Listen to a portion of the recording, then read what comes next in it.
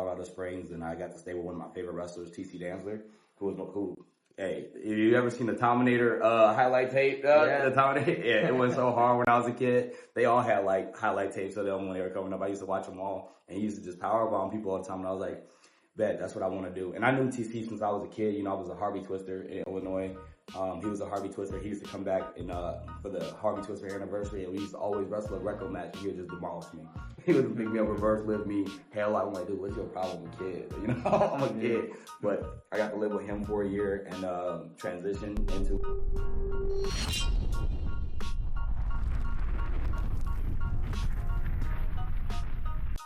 What's up, guys? Here at another episode of the Lugo Show. Got some amazing guest clinicians today. Got Kamal Bey to my right. Got Alex Sancho, Florida native, to my left.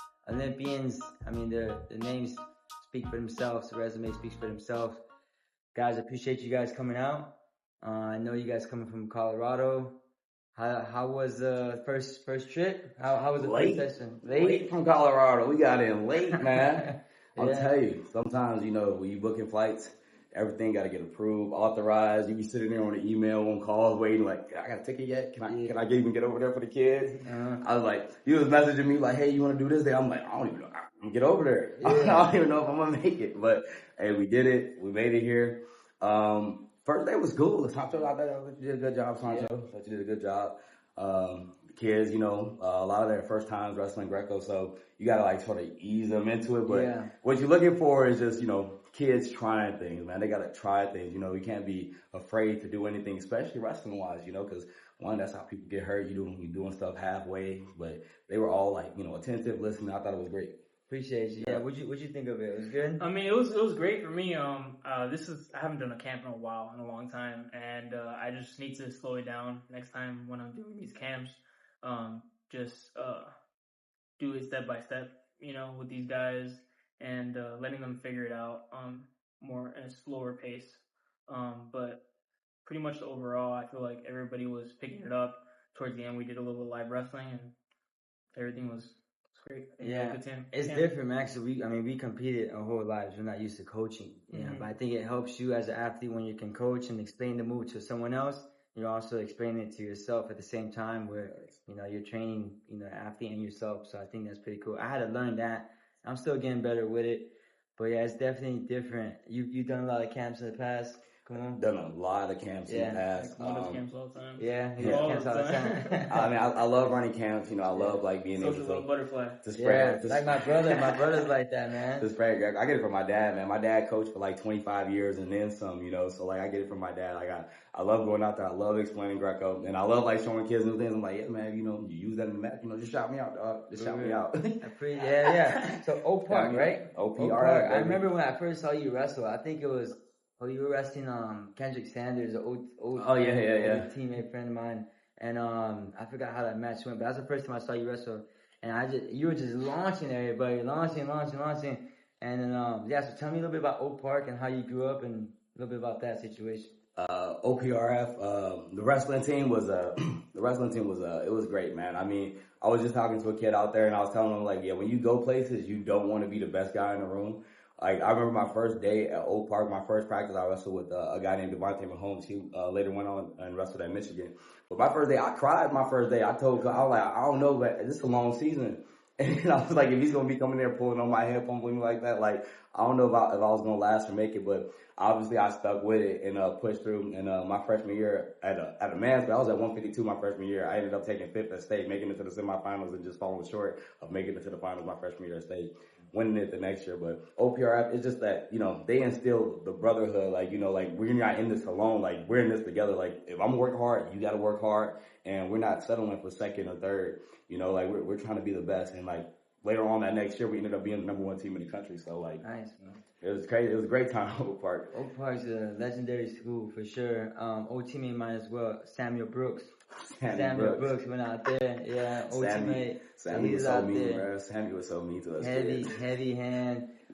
Heavy hands. The coach, hands, bro. The coach, what was your coach's name again? Coach Powell. Coach Powell. I spoke to him. Coach Powell. He does beat the streets now, right? Yeah. Yeah, he's an awesome dude. I love him. Yeah, no, they're doing a big thing out there in Chicago. If you're ever in the Chicago area, check out Beat the Streets, man. They got programs all over the city. So like it's growing, and they're asking for more people to come out and coach. We just had Jesse Thoki, another Greco guy, move out there. Shout out Jesse Thoki. Shout out JT. Love him. Miss him that man. Miss that man. Miss that man a lot. But yeah. So like if you go on like beatthestreets.com, and you could probably get a job working with the kids in Beat the Streets. Get back to the community. That's what we're about, baby. Sancho, Florida native. Oh, yeah. Tell me about a little bit how you grew up here down in South Miami, baby, 305. 305, baby. That's right. Till I die. Yes, sir. Tell us a little about how that started off. Man, I love Miami. I tell my family all the time, once I'm done wrestling, I'm going to move back here. And, it's been a long time coming. I've been wrestling for a very long time.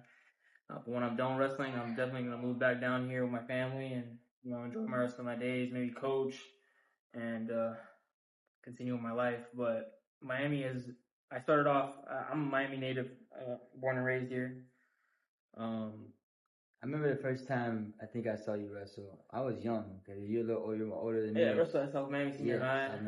South Miami. Under Coach Pardo. Coach Pardo, Coach Mikey, Coach all those guys. Yeah, I actually started wrestling halfway through my freshman year.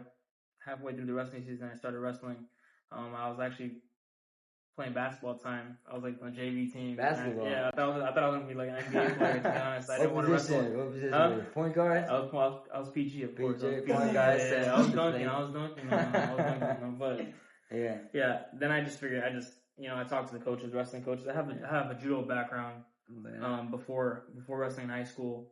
And that's how Pardo found out about me. And then I transitioned to wrestling halfway through the wrestling career and stuck with it ever since then. Fell in love with Greco during the off season because I could just throw people on their heads, which is what I love to do. I have a judo background and placed at Fargo 1 year. Wasn't getting too many scholarships to folk style. Placed at States twice. Took fourth at States twice in Florida. Wasn't getting too many scholarships. Didn't know if I wanted to take the folk style route or go into the Greco route. And the Greco route obviously is at Northern Michigan University. Having contacts over there with somebody, ended up getting in with like a 25% scholarship. Worked hard, kind of like dedicated myself to the sport, and the coaches saw that. I made a couple of junior world teams, U23 teams, made my first national team, 2015, 2014. Been all around the country, all around the world. If I had to do it all over again, I'll do it all over. I'll do the same thing I did. It made me who I am today, and I love the sport. So in the Army, when you enlist in the Army, you have to enlist whatever job you wanna pick. So if you want to become a doctor, you become a doctor in the Army. If you want to become a firefighter, you become a firefighter in the Army. I recommend taking a job in the Army that you're going to be passionate about once you're done with the Army, so you can transition into your civilian career. For me, I'm a military police officer, so I can transition to policing after I'm done. That's one of the key things why I chose to join the Army team, is because I have an easy transition once I'm done wrestling and done with my Army career into my civilian life.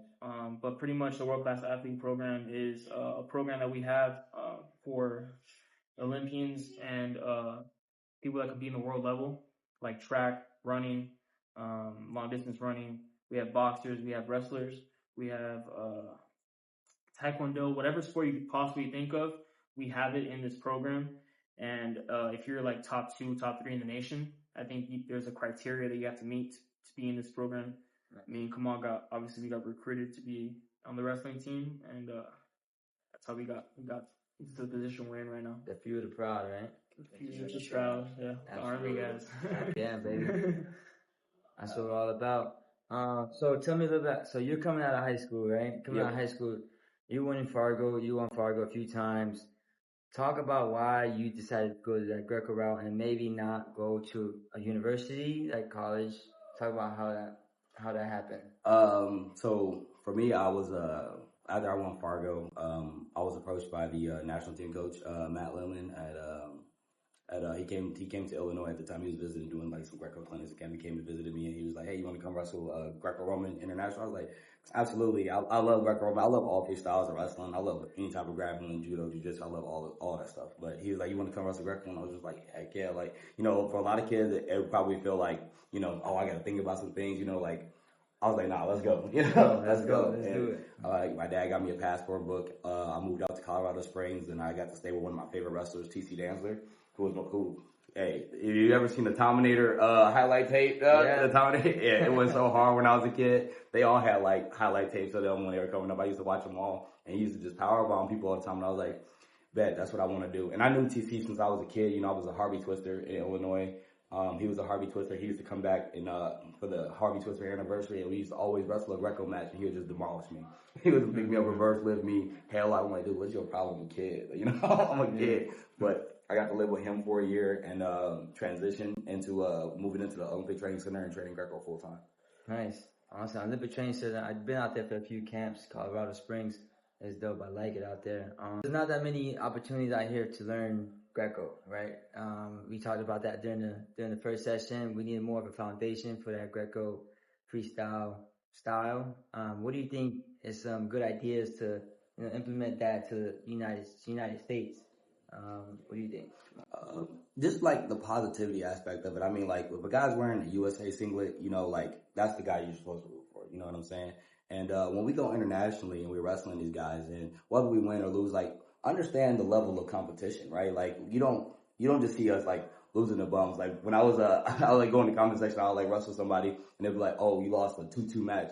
And I'm like, well, you know, the guy was though like, you know, a world medalist or like a European medalist. And they're like, oh, you suck. I'm like, this is high level competition, you know, in the Greco scene internationally. The depth it's a lot of Greco. It's random countries that are good at Greco, you know? And, opposed to like our freestyle counterpart where, you know, like it's like 4 countries that are like the top of the thing. You know, you got Japan, you got USA, you got Iran, you got Russia. Greco-Roman it's random. I'm gonna let you know it's sprinkled through, and people, you know, leave countries and go represent other countries. It's a very different process. But like I said, like you don't get to choose the path you take. You just gotta walk your path. And like I choose to do Greco-Roman. Do I think like I'm bad at freestyle or folk style? Absolutely not. I'll wrestle anybody. You know, you just gotta like sign it up, do the dates. You know, when COVID happened, I was trying to get matches wherever I could. You want to wrestle freestyle? I'll wrestle freestyle. And I got to wrestle a couple matches against like Aaron Brooks, and then I wrestled one against Isaiah Martinez. Like, you know, so it's just a matter of like, you know, being supported and like realizing that, you know, we are trying to get better, we are trying to progress, and that helps, and it happens based off of like, you know, people supporting and people trying. So more support for sure. Yeah. I always say we just need more people in the room to talk about wrestling. Yeah, and promote it more, definitely. Yeah, promoting more. Needs to promote it more. I feel like kids nowadays they just want to do folk style or freestyle. Greco's fun. Greco, you could suplex somebody. Yeah. Greco, you could reverse lift somebody. You could powerbomb somebody, you know? You can't really do that on freestyle, but like in Greco, you could do that. I feel like just kids need to find a way to make, you know, throws fun with maybe a crash pad or something like that. We could possibly do that. Or just dedicate themselves fully to Greco. That's like the biggest thing too. You gotta like, if you want to be good in Greco, you have to dedicate yourself fully to Greco to actually compete in the world level. I can't harp that enough to kids nowadays, but I guess, you know, you can be good at all 3 styles and do Greco internationally, wrestle internationally, but it's hard, man. It's you gotta, like what Pat's saying, you gotta develop a foundation. Absolutely. And the Greco is huge with foundation. And internationally, like they know, like they like Greco, like kids know, like sometimes we hop off of planes and I got kids running up to me at the airport talking about, oh, it's Kamal Bey, like, you know, they trying to like get my singlet. I'm like, I haven't even wrestled yet. You know, I'm like, I can't give you anything. I gotta compete first. Yeah. And, you know, like it's huge over there. And they like even had like a poll for like after the Olympics, like what style was everybody most excited to see, and it was Greco-Roman based off the people who were attending. And it's nice. Like, it's huge overseas. Like I wish like we had like the same love for it over here because it's enjoyable. Like I don't know, I don't understand people who are like grappling fans and don't like grappling like Greco-Roman. Mm-hmm. You know, I'm a grappling fan. I love all forms of grappling. Mm-hmm. You know. Yeah, I agree. I think like you're saying, just marketing more, promoting more. People want to see the big throws. People want to see that and stuff. But high level Greco-Roman wrestling is like sometimes it's 1-1 matches. You know, like does it happen like big throws? Absolutely. But like, you know, you want to win the close matches, you gotta learn how to win 1-1. You know, you gotta learn how to win 1-0 or 2-2. Like, You know, sometimes you got to close the bank early, you know? For sure. No deposits, no withdrawals, dog. There's like a wide variety of athletes too, like Kyrgyzstan, like those Kyrgyzstan people, like they wrestle differently than they do the Iranians. Iranians wrestle differently than they do the Russians. It's different types of Greco. It's a lot of adjustments. Different types of Greco in different parts of the world. Styles, different type of styles, man. So now we're seeing like women wrestling, right? Women wrestling is growing here, especially here in South Florida, and they're starting to do more Greco. So Greco girls are coming along. What do you guys think about that? I think it's interesting, honestly, just because like I've been internationally and I've seen like the perspectives, like or the thinking of those people, and it's like it's gonna take a little bit more time for them to get behind it. But as far like for America seeing girls do Greco, I think it's a huge jump, a huge step. It's really interesting to see, just because like now they're like understanding like what it's like to be in the phone booth for somebody for 6 minutes. You know, like it's exhausting, like you know, never being able to break contact. So we'll see where it goes. I know they're probably implementing it here in Fargo this year. Yeah, I think so. Next year. Oh, next year. Next year, girls Greco. Well, yeah, no, I'm 100% excited because like you know you got girls already, you know, throwing bombs, Kennedy Blades out here, 5 girls on there. Yeah, every girl loves a head on. Yeah. That's the first move they learn. Head on. Yeah, it's great. So it's good. It's gonna be huge for us in the U.S. because Greco girls, freestyle girls, they're just strong. I feel like Kennedy Blades, like you're saying, all these girls, they're just huge upper body going into their underhooks, double underhooks. So I think Greco's you're gonna see a lot of world champs, you know, a lot of medalists, and Nick Alvarez gonna come out of retirement. Nah, but I think wrestling in general is growing, especially like you know NIL, social media, all that stuff. Wrestling, like women wrestling, everything is growing. You even have the president of the United States at the NCAA tournament, so that stuff's huge. Yeah. So it's growing. You know, this stuff what we're doing is trying to grow the sport. You know, give it back to the community. That's what the Mountain Hawks are all about. You know, bringing high talent guys like yourselves down here, and with not that many coaches that can show what you're showing. You know, so we're bringing the level down here to Miami's growing. So. I appreciate you guys coming, man. Thank you guys. And appreciate you having us. Yeah, sure. I appreciate it. And that'll be the end of the Lugo show. I'll catch you at the next one. See ya.